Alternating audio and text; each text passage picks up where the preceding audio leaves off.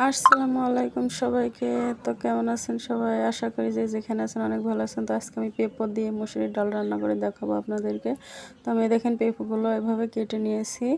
আপনারা যেভাবে ইচ্ছা সেভাবে কাটতে পারেন। তো আমি দেখেন কড়াইতে বসিয়ে দিয়েছি মুসুর ডাল, পেঁপো, একটু লবণ দিয়েছি।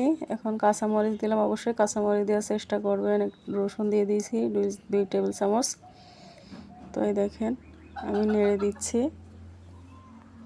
আর হ্যাঁ, অবশ্যই জোরে জাল দেওয়ার চেষ্টা করবে না, যেহেতু মুসুরের ডাল জোরে জাল দিলে সিদ্ধ হতে চাবে না। তো আমি হলুদটা পরে দিয়েছি, কারণ মুসুরের ডালে প্রথম হলুদ দিলে সিজতে চায় না।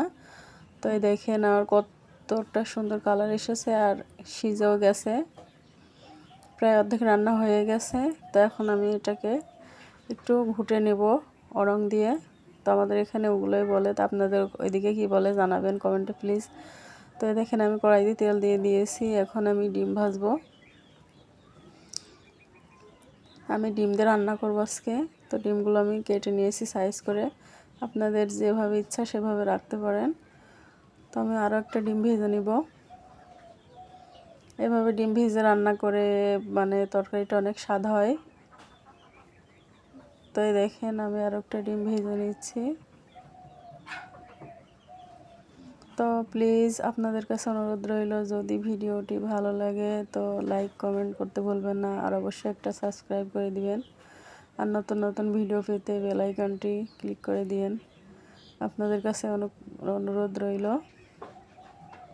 তো দেখেন আমি এখন ফোড়ন দিয়ে দিব।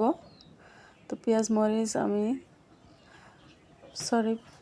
রসুন আর পেঁয়াজ দিয়ে দিয়েছি তেলের উপরে। দিয়ে আমি একটু লাল লাল হওয়া পর্যন্ত ভাজতে থাকবো, যতক্ষণ না লাল লাল হয়ে আসে। আমি কয়টা জিরা দিয়ে দিয়েছি এখানে, আপনারা চাইলে শুকনো মরিচও দিতে পারেন।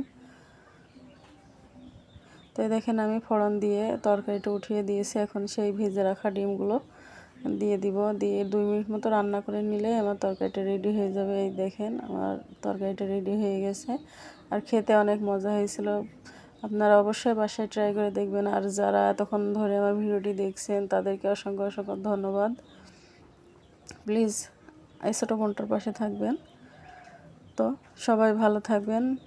আসসালামু আলাইকুম সবাইকে। তো অনেক ভুল হয়ে থাকে কথা ভিডিওর ভিতরে ভয়েস দেওয়ার সময়, তো ক্ষমার দৃষ্টিতে দেখবেন। খোদা হাফেজ সবাইকে।